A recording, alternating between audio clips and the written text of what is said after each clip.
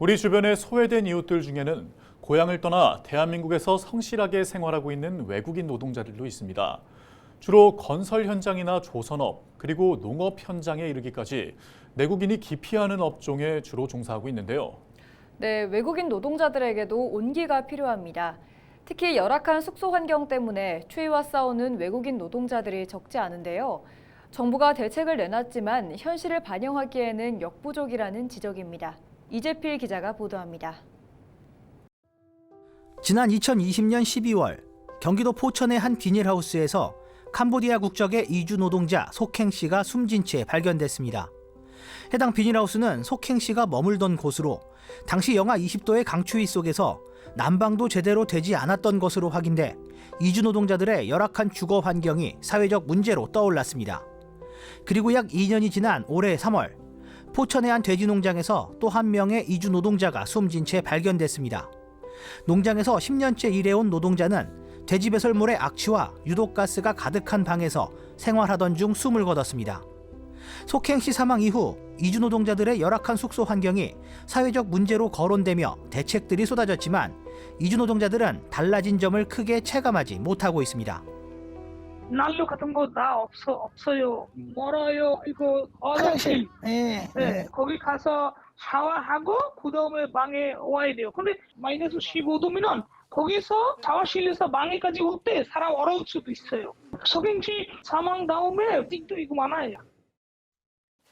이주 노동자들은 문제 해결을 막는 가장 큰 걸림돌로 고용 허가제를 꼽았습니다.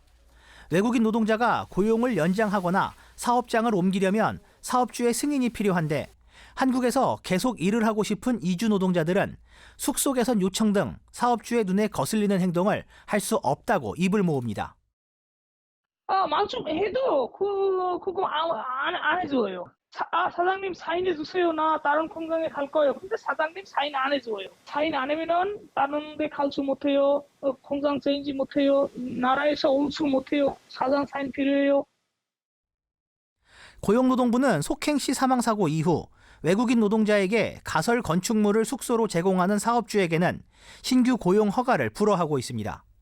또 사업주가 가설 건축물을 숙소로 제공할 경우 외국인 노동자는 사업주 동의 없이 사업장을 변경할 수 있도록 했습니다. 김달성 포천 이주노동자센터 대표는 노동부의 이 같은 규칙이 일정 부분 긍정적 변화를 이끌었다는 점을 인정했습니다. 하지만 사업자가 지자체에 축조 신고 필증을 제출하면 가설 건축물을 사용할 수 있도록 예외 조항을 둔 데다 행정당국의 관리 감독도 적극적이지 않아 이주노동자들의 고통은 여전히 이어지고 있다고 지적했습니다. 김 대표는 근본적 원인인 고용허가제를 개선해야 한다고 강조했습니다. 고용허가제는 고용주와 이주 노동자 사이를 철저한 주종관계로 만듭니다.